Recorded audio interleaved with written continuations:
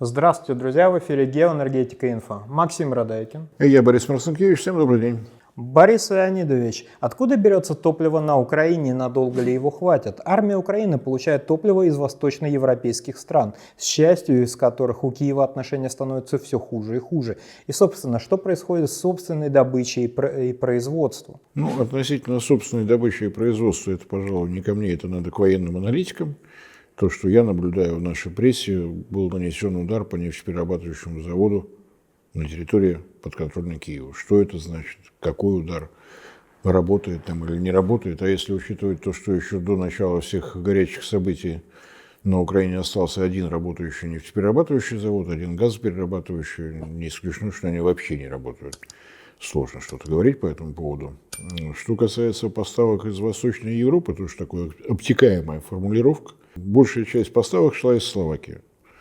Из Словакии шла, потому что Словакия сумела добиться вот такого режима работы от своего реального руководства, заседающего в городе Брюсселе, от Еврокомиссии. Напомню, что с 5 декабря 2022 года эмбарго на поставки российской нефти в страны Евросоюза, за исключением двоеточия Чехия, Словакия, Чехия, Венгрия.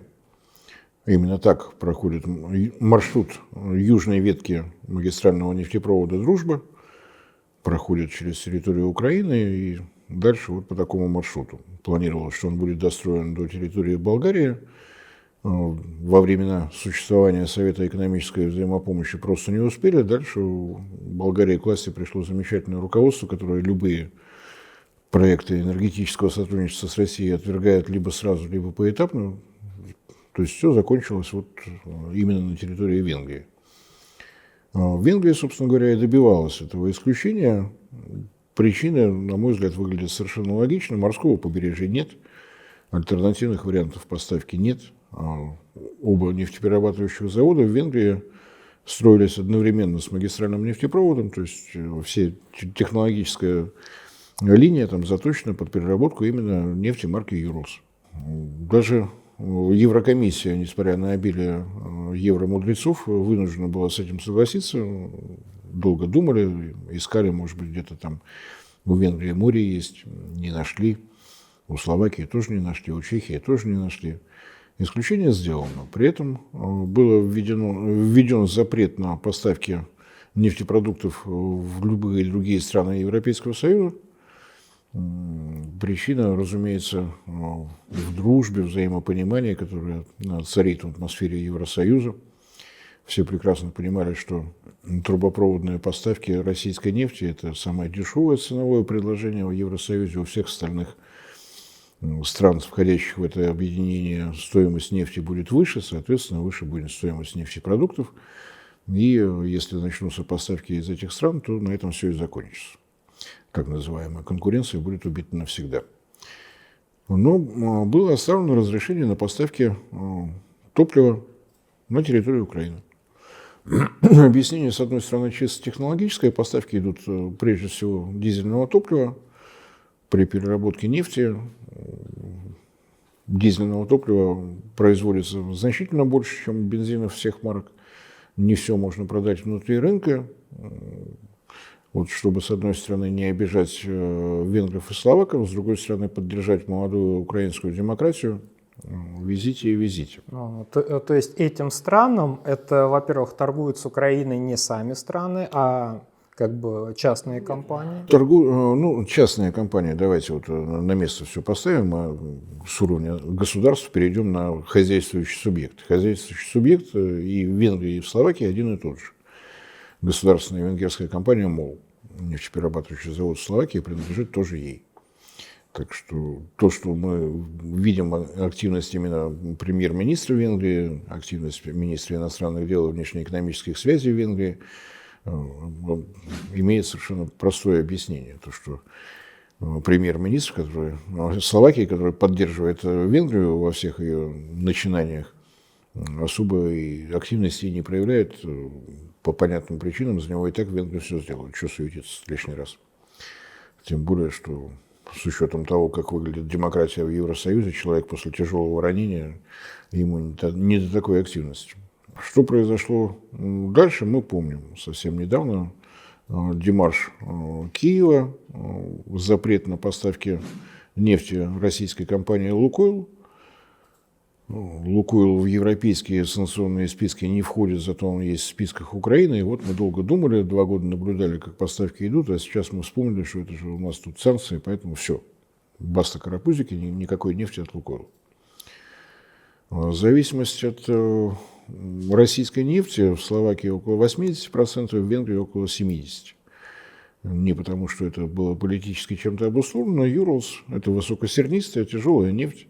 Соответственно, необходимо было докупать и каким-то образом доставлять на нефтеперерабатывающие заводы что-то легкое и малосернистое, чтобы увеличить выход светлых нефтепродуктов. На Венгрию приходилось, если смотреть по прошлому году, порядка 8 миллионов тонн нефти от «Лукойла». То есть для них достаточно серьезный урон. Урон не состоялся сразу, по той причине, что Венгрия входит в состав Международного энергетического агентства, там есть нормативы.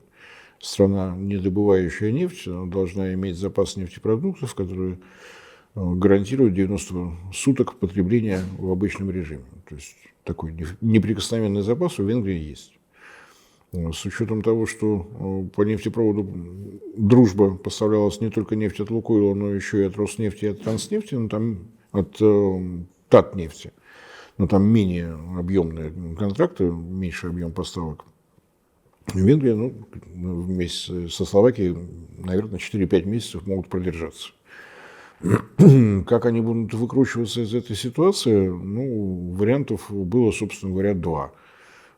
Принимать нефть не на своих нефтеперерабатывающих заводах, а на текущей границе России и Украины, либо искать новых поставщиков. Я так понимаю, что с учетом того, что «Лукойл» заявил, что эти объемы, которые он поставлял в Словакию и в Венгрию, он перебрасывает на другие направления, чтобы заниматься морским экспортом, надо искать новых поставщиков. Кто ими может оказаться, какие условия могут быть предложены, какие объемы могут быть предложены, сказать сложно. Вряд ли это кто-то будет комментировать с нашей стороны. Работа в условиях санкций, ценового потолка и прочее, оно как-то такой открытости не предусматривает. Расскажите, пожалуйста, как вы обходите санкции? Вот в прямом эфире до Евросоюза, чтобы они подсуетили. Легко. У меня есть подозрение, что в связи с тем, что обход не очень прост, наверняка есть какие-то обязательства перед потребителями, появляется новый клиент, значит, надо отказывать кому-то из старых. Не исключено, что ценовое предложение, которое сможет выторговать венгерская компания МОЛ, будут отличаться от того, что у них имелось по контракту с «Лукойлом». С «Лукойлом» договор был подписан в 2019 году, вот эти 8 миллионов тонн на 5 лет с правом продолжения, если стороны друг другом довольны. Вот такой у нас транзитер, вот такие у нас условия. Так что нельзя исключать того, что если Венгрии удастся что-то найти, а находить надо, время пошло, 4-5 месяцев, иначе на рынке ничего не будет, и придется где-то искать поставщиков уже не нефти, а нефтепродуктов, с завода закрыть, людей разогнать, и где-то по Европе что-то искать. У Венгрии была надежда, что в ответ на такой демарш со стороны Украины вмешается Европейская комиссия. Там в договоре об ассоциации с Европейским Союзом какие-то пункты были нарушены. Европейские юристы, мне это не так интересно, обратились, получили отказ. Украина выполняет свои санкционные ограничения, а вы ищите альтернативных поставщиков где хотите. Поиск альтернативных поставщиков для Венгрии, для Словакии – это ближе к ненаучной фантастике. Обратите внимание, что вот это исключение из эмбарго бессрочное. То есть там нет указаний до такого срока, а дальше все. Что ближайшее море, которое у Венгрии есть, это побережье Хорватии. И давайте представим, как выкручиваться из такой ситуации. Во-первых, нужно найти нефть максимально похожую по химическому составу на нефть марки Юрлс. Для начала. Такая нефть на рынке есть, добывается на одном из месторождений в Норвегии, но это не самый большой ресурсный источник, и он уже расписан, я так подозреваю, на много лет вперед, потому что все те компании, которые покупали Юрлс, естественно, к нему пришли. Более дешевое предложение, более надежное Венгрия могла бы получить, если бы решила закупать нефть марки Iranian Heavy, но они почему-то этого не делают. С чего бы это? Сложно сказать. Дальше я иду сейчас не по политическим предпочтениям, а по химическому составу. Дальше идут марки венесуэльские. То есть уже сложно, уже не очень понятно как, уже где-то надо блендировать, смешивать какие-то сорта, как-то выкручиваться, может быть, пробовать договориться с Саудовской Аравией на Arabian Heavy, может еще что-то. Но в любом случае это не так просто. Надо найти того клиента, который согласится на какой-то более-менее долгосрочный контракт идти и так далее, обеспечить нужный объем. Дальше начинается сама Хорватия. У Хорватии порты есть, никто не спорит, но они не стоят без дела. Значит, нужно найти свободный порт под перевалку вот тех самых 8 миллионов тонн нефти как минимум. Плюс, как эти 8 миллионов с того побережья до Венгрии, тем более до Словакии, она еще дальше от моря доставлять. Грузовыми железнодорожными составами, 8 миллионов тонн нефти, попробуйте пересчитать, сколько это будет. И что скажут железные дороги той же Хорватии и самой Венгрии, не перегрузит ли она себе все железнодорожные перевозки вот этой нефтью. Следующая мысль, самый дешевый вид транспортировки нефти, разумеется, трубопровод. Для этого надо договориться с Хорватией, найти деньги, подготовить проект, согласовать его со всеми, не только владельцами земли, но и со всеми природоохранными организациями. Сколько времени это займет, сколько денег это будет стоить, никто не понимает. Тем более, что по высказываниям венгерских политиков, они не считают Хорватию надежным транзитером. То есть, видимо, какие-то еще и политические трения между этими странами имеют место быть, пусть даже нам об этом вслух не говорят. То есть сказать, что Венгрия с декабря 2022 года бегает по белу свету и ищет нефть, уговаривает Хорватию, понимая, что Хорватия станет исключительным транзитером и исключительным приемщиком нефти, то есть нужен нефтеналивной порт, который на долгий срок договор подпишет, и либо трубопровод строит, либо еще что-то, в то время как нефтепровод «Дружбы», вот он на месте, никуда не делся, работает вполне исправно. В этой обстановке я не думаю, что среди российских поставщиков найдется тот, кто подпишет с такой скоростью какой-то долгосрочный контракт с венграми.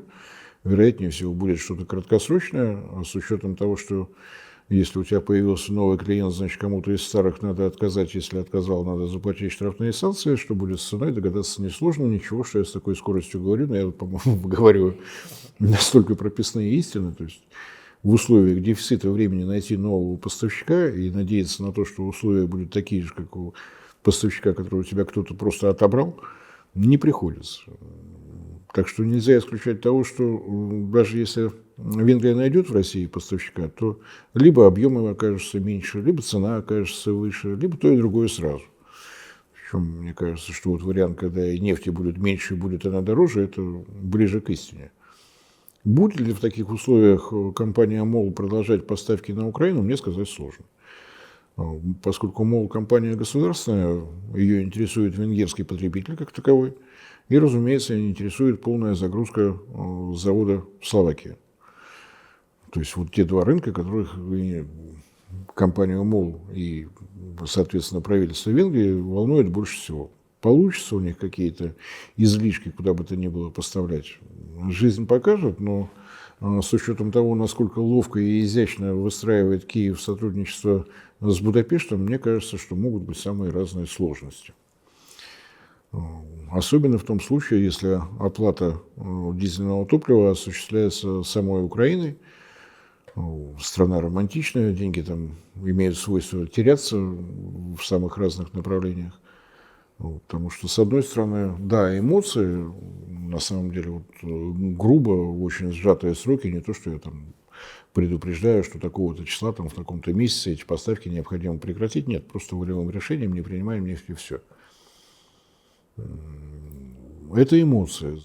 Борис Леонидович, большое спасибо за комментарий. Друзья, в условиях креатива нашей Государственной Думы в отношении замедления и блокирования YouTube, либо включайте VPN, либо подписывайтесь на наш телеграм-канал. Когда будет часть X, мы все сообщим вам.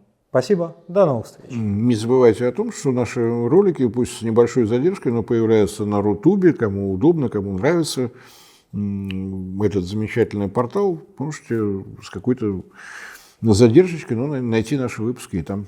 Спасибо за внимание, всего доброго.